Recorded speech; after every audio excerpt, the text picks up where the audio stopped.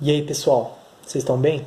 Olha, devido ao enorme sucesso do último vídeo que eu falei sobre interpretação bíblica, muitas pessoas pediram para eu voltar e falar um pouco mais sobre isso, não sobre aquele assunto, né, que a gente já tratou de Mateus 18. Se você não viu o vídeo, inclusive, vai aqui no meu IGTV. O primeiro vídeo, o título dele é Deus não está lá, que eu trouxe uma análise hermenêutica. E se você está assistindo esse vídeo, você vai entender o que é hermenêutica se você assistir esse vídeo. Trouxe uma análise hermenêutica sobre o texto de Mateus 18, 20, onde fala lá que onde 2 ou 3 estiverem reunidos em meu nome, ali estou no meio deles. E você vai entender o porquê você sempre usou esse texto da maneira errada. Porque ele não está falando sobre comunhão na igreja, ele está falando sobre disciplina. Então, se você tiver interesse, vai lá no IGTV, no meu primeiro vídeo, e acessa lá. Hoje a gente vai continuar falando sobre o mesmo assunto, sobre a hermenêutica. Hermenêutica, que é a interpretação de texto. Não só de textos da Bíblia, mas textos em geral.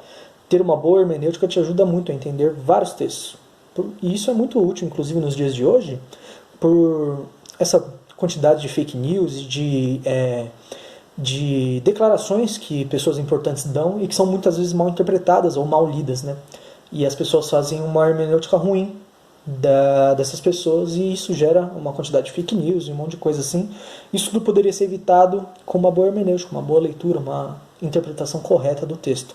E é isso que a gente faz com a Bíblia também. A Bíblia, como eu falei no último vídeo, ela contém uma interpretação correta. Não são todas as interpretações, não é a sua interpretação, é aquilo que Deus quer falar através daquele texto. E não aquilo que você acha que é a sua verdade, ou que é legal para você, ou que te traz uma esperança, te traz uma paz. Não, necessariamente não é isso. Muitas vezes o texto bíblico, aquela sua interpretação é a que de fato é a correta, mas outras vezes não, como a gente viu nesse último texto aí de Mateus 18, 20. E hoje a gente vai continuar nessa mesma pegada e vai falar sobre o Salmo 42. Então eu queria perguntar para você aí, você já ouviu aquela expressão, um abismo chama outro abismo, ou abismo chama abismo? Eu tenho certeza que você já ouviu essa expressão, ainda mais se você é crente, convive aí nesse meio da igreja, você já deve ter ouvido essa expressão, e ela, assim, 100% das vezes que você ouve ela está ligada a uma relação que se faz com um pecado, como se um pecado chama outro pecado. De fato, um pecado chama outro pecado. Quanto mais mergulhado na vida de pecado você está, mais suscetível a outros pecados você está. Isso não só na vida pecaminosa, assim, tal, mas na vida no geral. Se você, por exemplo, é um usuário de droga e tem usado algum tipo de droga, quanto mais você usa, mais dependente daquilo você vai ficar. Com o pecado é a mesma coisa. Quanto mais você peca, mais vontade de pecar você vai tendo. A solução, claro que sempre, é se arrepender, olhar para Jesus Cristo, enxergar que Ele pagou, perdoou todos os nossos pecados, se arrepender daquele pecado. Mas é muito bonito isso, né? Um abismo chama outro abismo. E realmente chama. Porém, esse não é essa frase, né? Abismo chama abismo, é uma frase retirada de um versículo lá do Salmo 42. Porém, esse abismo chama abismo, que é a fonte de toda essa discussão, não significa que um pecado chama outro pecado. O texto está falando de uma outra coisa completamente diferente e a gente sempre usa esse texto da maneira errada. Então, se você, assim como eu, estava usando esse texto da maneira errada, falando sobre pecado, você errou. Assim como eu errei, assim como diversas outras pessoas erram, mas não tem problema, porque agora a gente está aqui para entender um pouco melhor sobre esse texto, assim como a gente entendeu lá semana passada sobre o texto de Mateus. Então vamos lá, mas enfim, o que significa então um abismo chamar outro abismo no contexto do Salmo 42, que é de onde foi tirada essa frase? Vamos ler o Salmo inteiro então? Porque se você acompanhou o último vídeo, você lembra que uma das regras para a gente ter uma boa interpretação do texto é ler alguns versículos antes ou ler alguns versículos depois também. Se você ler o capítulo inteiro, ou se você ler a Bíblia inteira, vai ser muito melhor ainda, porque você aí vai ter o contexto inteiro, toda a situação ali apresentada para você. Mas quando você pega só uma porção do texto, às vezes fica muito, aliás, Sempre é muito mais fácil de você errar na interpretação de um texto. Então vamos lá, vamos ler o Salmo 42, que é um salmo muito bonito. E muito conhecido também. Às vezes a gente nem repara, mas essa abismo chama outro abismo é só um trecho de outras frases muito famosas que ficaram a partir desse salmo. Então vamos lá.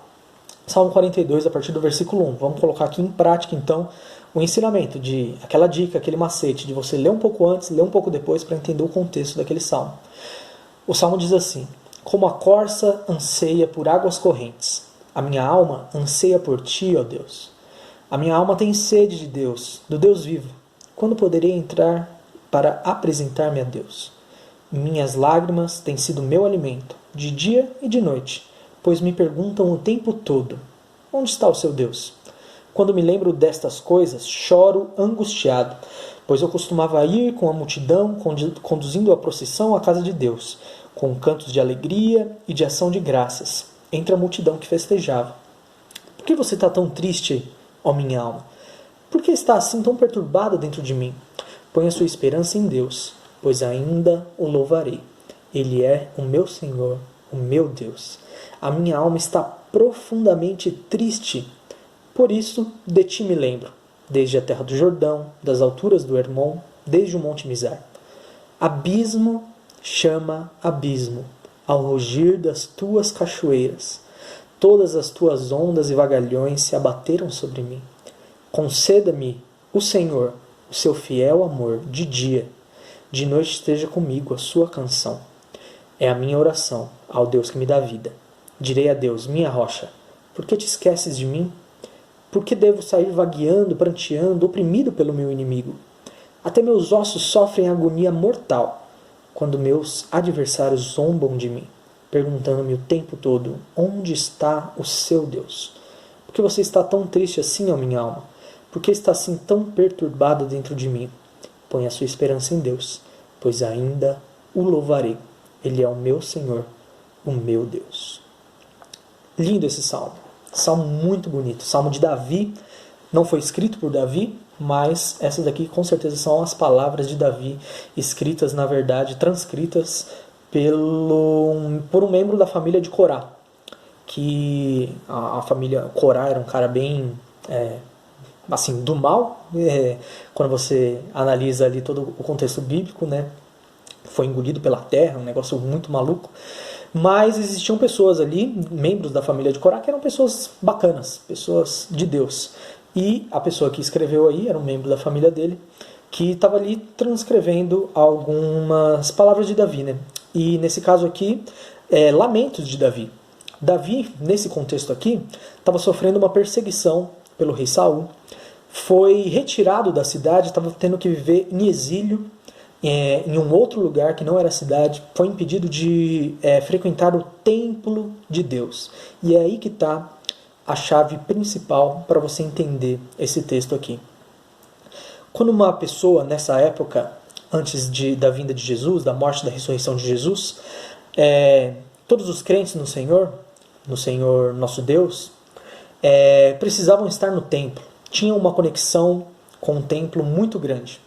E quando você era tirado do templo, você era tirado também da presença de Deus, certo?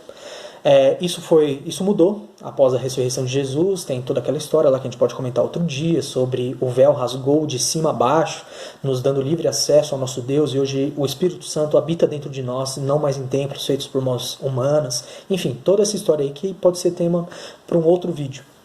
Enfim, nessa época aqui, Davi e todos os outros crentes eram 100% ligados ao templo. E quando isso era tirado de uma pessoa, assim como foi tirado de Davi, era sinônimo de muita tristeza. Porque a pessoa era impedida de estar na presença de Deus. E Davi, óbvio, ele cometeu muitos pecados, a vida dele foi bem conturbada, mas mesmo assim foi um homem segundo o coração de Deus. E esse salmo aqui não está falando nada sobre pecados de Davi. Quando você olha, inclusive Davi aqui estava sofrendo uma grande injustiça por parte de Saul, que estava perseguindo ele, né? Então você vê que, lendo aqui, você não encontra nada falando sobre pecado. Só que mesmo assim, a nossa interpretação, quando a gente pega só o versículo 7, é muito errada. Porque a gente associa abismo chamando outro abismo, se referindo ao pecado, que um pecado chama outro, mas não é isso que o texto está querendo dizer. Quando o salmista aqui diz que abismo chama abismo ao rugir das suas cachoeiras, ele está querendo dizer que ele está sendo que todo tipo de tribulação está passando sobre a vida dele. Todo tipo. Abismo veio de um lado, abismo veio do outro, o rugir das suas cachoeiras, todos os seus vagalhões se abateram sobre mim, ou seja, ele está recebendo porrada de todo lado. Ele está recebendo pancada da vida de todos os lados. E por isso ele está muito triste. Não tem nada a ver com pecado, cara. Nada a ver com pecado esse texto. Simplesmente tem a ver com tribulações vindo de um lado, tribulações vindo do outro, se juntando e fazendo opressão na vida de Davi. Porque ele estava longe do templo, longe da presença do Senhor. E isso é muito interessante também nos dias de hoje, porque eu e você estamos longe. Eu e você estamos de quarentena. Eu e você estamos longe da presença de Deus. E olha só, quando Davi foi tirado da presença de Deus, quão triste ele ficou, sabe? Hoje a gente continua na presença de Deus, Deus está dentro de nós, através do seu Espírito Santo, mas a gente já não tem mais a oportunidade de se reunir. A gente já não tem mais a oportunidade de estar lá todos os domingos, todas as programações juntos, né? Isso deveria ser motivo de tristeza pra gente, motivo de muita tristeza. Assim como Davi sofreu. Ele fala aqui que, ele era acostumado a guiar as pessoas nas procissões, cantando músicas e... Enfim, às vezes sabe o que eu penso também? Que você não está sentindo falta, se você não está sentindo falta da igreja nesse momento, significa que você não estava aproveitando direito aquele momento lá, em todos os domingos e tudo mais. Pode significar que você não estava como Davi, liderando as pessoas na procissão, cantando, se alegrando com aquelas pessoas. Talvez você estivesse todo esse tempo antes da quarentena na igreja, só usufruindo do serviço de outras pessoas, só sendo servido e não servindo. E esse texto acaba sendo muito atual quando a gente olha por esse sentido, porque assim como Davi foi privado de ir ao templo, nós também estamos sendo. Mas a gente tem o privilégio de ter Deus do nosso lado, Deus dentro de nós. Enfim, quando você for falar que um abismo chama outro abismo, use esse texto para quando você estiver bem triste. Quando você estiver achando que a vida só está dando mancada com você, você pode usar esse texto. Falando assim, meu amigo, o abismo tem chamado outro abismo. E aqui ele fala sobre abismo, ligando isso à questão da água, né? E a água, muitas vezes na Bíblia, tem esse sentido da tribulação. Você vê isso principalmente em dois momentos, né? Você vê isso no dilúvio, onde o mundo inteiro foi tomado por águas tribulentas, né? E você vê isso também muito forte naquela passagem bíblica onde Jesus acalma a tempestade. E em outras passagens também, a água tem esse sentido, né, da tribulação. E nada mais é que Davi está usando esse sentido da água, esse sentido do abismo para falar que um abismo chegou de um lado, deu porrada nele, outro abismo chegou do outro, deu mais uma nele, e ele está completamente triste porque está longe da presença de Deus. E aí eu te pergunto, você está perto de Deus ou você está longe? Se você está longe, você está triste? Davi estava triste, cara. Se você está longe, você precisa se entristecer e fazer de tudo para voltar perto de Deus, para voltar para perto do nosso Deus. Então, se você está assistindo esse vídeo aí e se você gostou, se você se identificou com esses erros de interpretação que eu cometi e muitas outras pessoas cometem, dá um like aí, comenta, fala aí o que você mais gostou, dê sugestões também para próximos vídeos e vamos tentar se informar sempre e interpretar a Bíblia do jeito que ela deve ser interpretada e não do jeito que a gente quer que ela seja interpretada. Beleza? Tamo junto. Qualquer coisa, só escrever aí nos comentários. Valeu!